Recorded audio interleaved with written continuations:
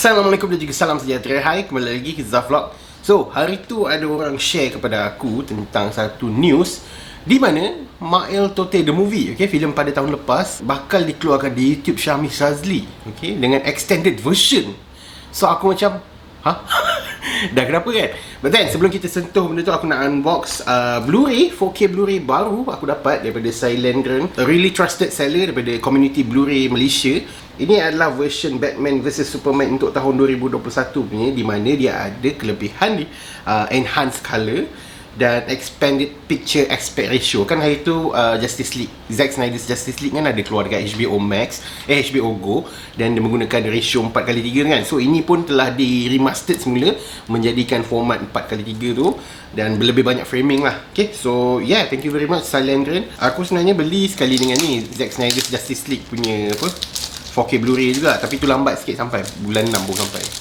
So kat dalam ni kita ada pelakon Henry Cavill sebagai Superman, Ben Affleck sebagai Batman, dan juga siapa Tahminah yang support Israel celaka tu, dia pergi jadi Wonder Woman lah.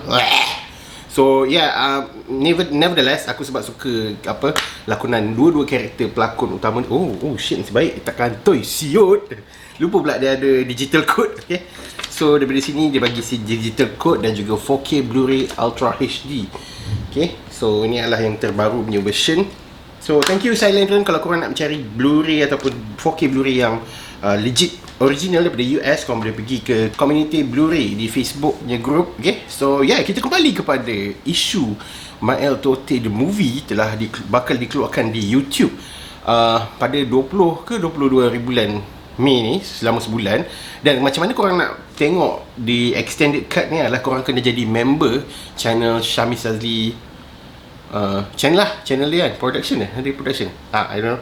But so masa aku dapat tahu tentang kewujudan info ni, aku agak terkejut juga. Dia ada dua side of me yang aku macam ada dua anggapan. Yang pertama adalah kau nak tiru Zack Snyder, nak buat Syamil cut ke, Syamil Shazli cut ke, oh my god. Tu first lah. The second one was it's kind of a genius move sebenarnya. Sebab aku bagi example, kalau dari segi business side dia, daripada business minded dia, it was a genius move. Sebab ini adalah tahun kedua selepas tahun filem tu keluar di Astroverse, dan itu memegang takhta tempat yang pertama di dalam carta Astroverse kan. Mengalahkan Police Evo dan juga ni 18 puasa pun dia kalahkan juga. So masih lagi kekal tempat yang pertama. Di situ juga kita boleh lihat dia ada banyak audience, daripada penonton biasa pun dan juga fans daripada channel YouTube dia kan. So apa yang dia lakukan adalah dia bawa movie tu pergi ke channel Syamil Shazli dan berikan lebih extra footage. Aku tak pasti extra footage macam mana. Adakah mungkin dari segi extra deleted scenes ataupun deleted scenes yang related to the jokes. Yang contoh aku bagi example dekat dalam classroom kan ada classroom tu ada breaking the fourth wall punya moment. So mungkin daripada segi dia punya inilah signature Syamil Shazli tu ada lebih banyak ke apa kan, di mana Astro cut ke apa ke semasa final cut di keluarkan di Astroverse kan. So mungkinlah benda tu. So aku pandang benda ni as a genius move from the business side. Dari segi the public opinion will be a lot of pemahaman yang berbeza. Ada yang support, ada yang menganjing. Aku was on the middle lah. Aku macam biasa tu. Siapa tak nak? Kalau aku ada YouTube channel berjuta follower dan aku ada filem yang memang dah box office, apa lagi aku buat lah duit kat situ kan. Tapi hari ni dia baru saja keluarkan komen dekat bahagian komen post tersebut, di mana kenapa dia aku baca dia punya komen tu lah, sebab aku tak nak nanti kan aku kena screenshot lagi ke apa kan. Mi kalau boleh memang nak bagi tengok free dekat YouTube, tapi copyright Astro pegang selama 5 tahun. Nak release dekat YouTube pun Mi mohon dengan Astro izinkan tapi kena bayar. So lepas habis copyright 5 tahun baru Mi boleh release secara free, sebab time tu 100% copyright Mi pegang. Aku nak meruar-ruarkan lah kepada korang kan. Apa yang Syamil Shazli sebut tu bukanlah sebuah perkataan tu fairy tale ataupun yang dibuat-buat. Tidak. It is true. It's 100% true.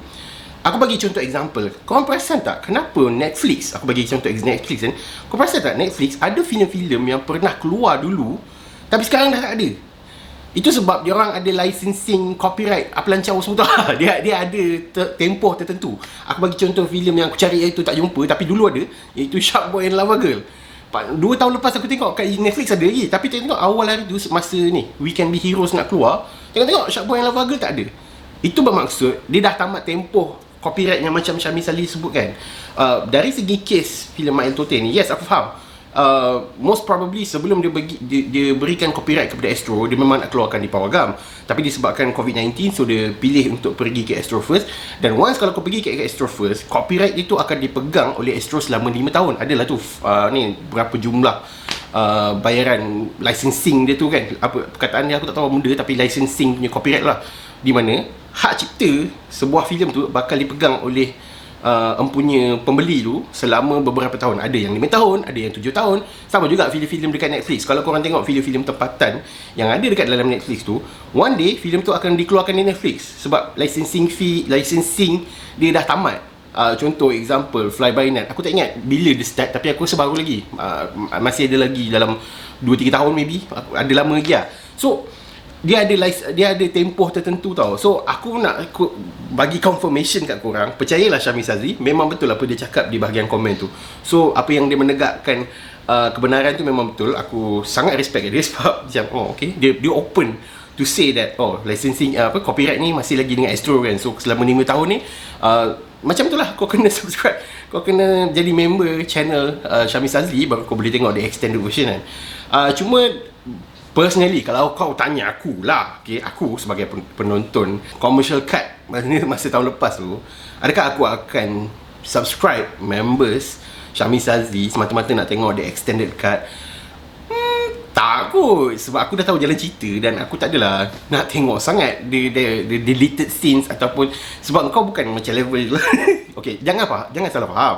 Aku respect dia, cuba there's nothing interesting about the film yang aku nak tengok lagi, faham tak? Okay, contohlah aku bagi example Zack Snyder's Justice League. Filem tu dah bertahun-tahun kot diperam dan lebih kurang 70% daripada footage filem tu tak pernah keluar pada tahun 2017. So aku sangat eager nak tengok lah. Memang aku nak tengok gila babi kan this extended cut, dan it was free. Bukanlah free, korang kenalah subscribe ke HBO Go kan, tapi HBO Go ada trial kan. So korang subscribe ke trial dia, kau dapat tengok filem tu secara free. So free dapat tengok filem yang 4 jam gila babi lama. So kalau nak compare to this extended cut, memang aku sebagai bukanlah fan, bukanlah seorang penggemar Syamil Sazli, aku macam tak kot. Aku mungkin tanya orang apa yang deleted scenes tu, mungkin macam tu je.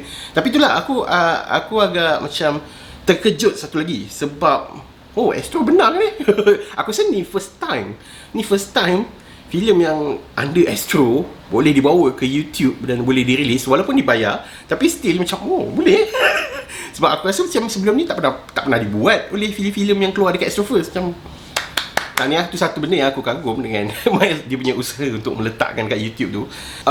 Last but not least, ini bukan menjilat ini adalah daripada perspektif penonton yang bukanlah fan dia. Aku pun buat apa aku nak jilat dia kan.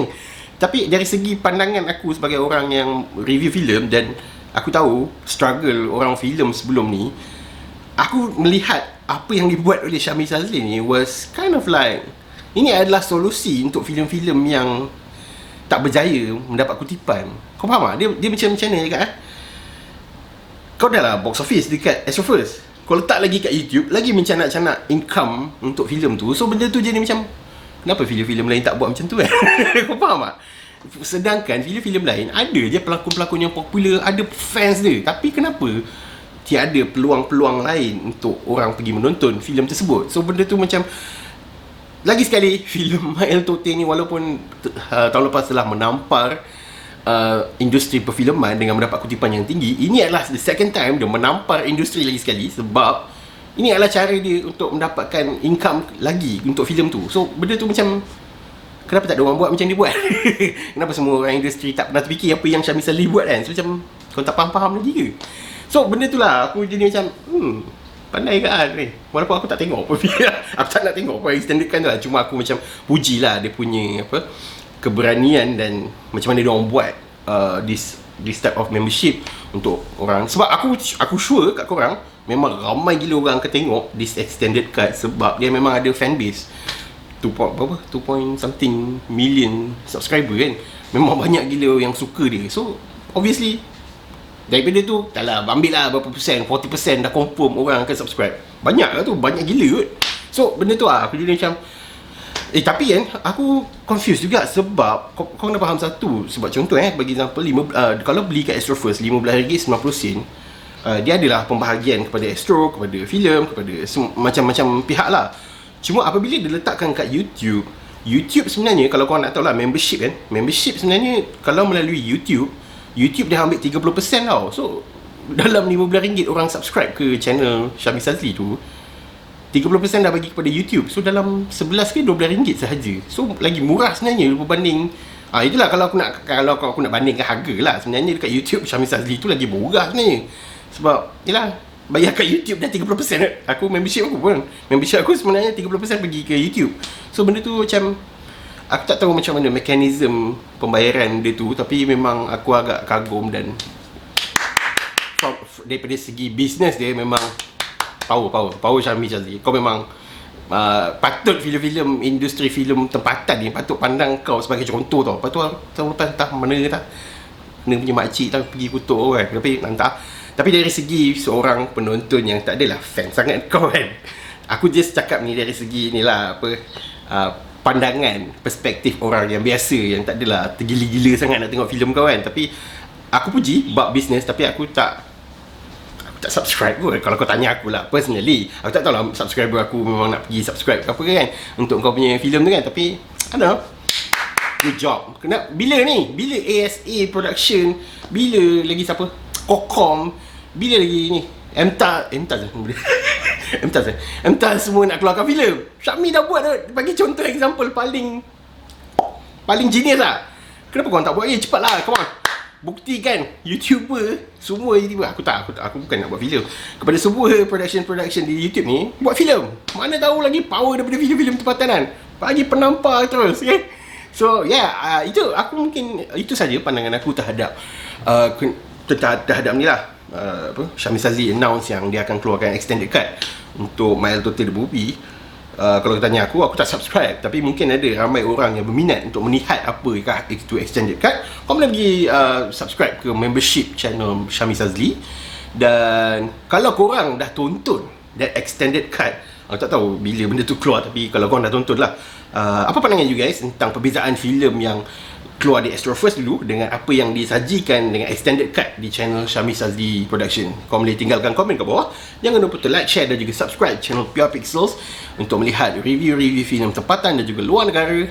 Dan jumpa lagi pada Zaflog yang akan datang. Thank you.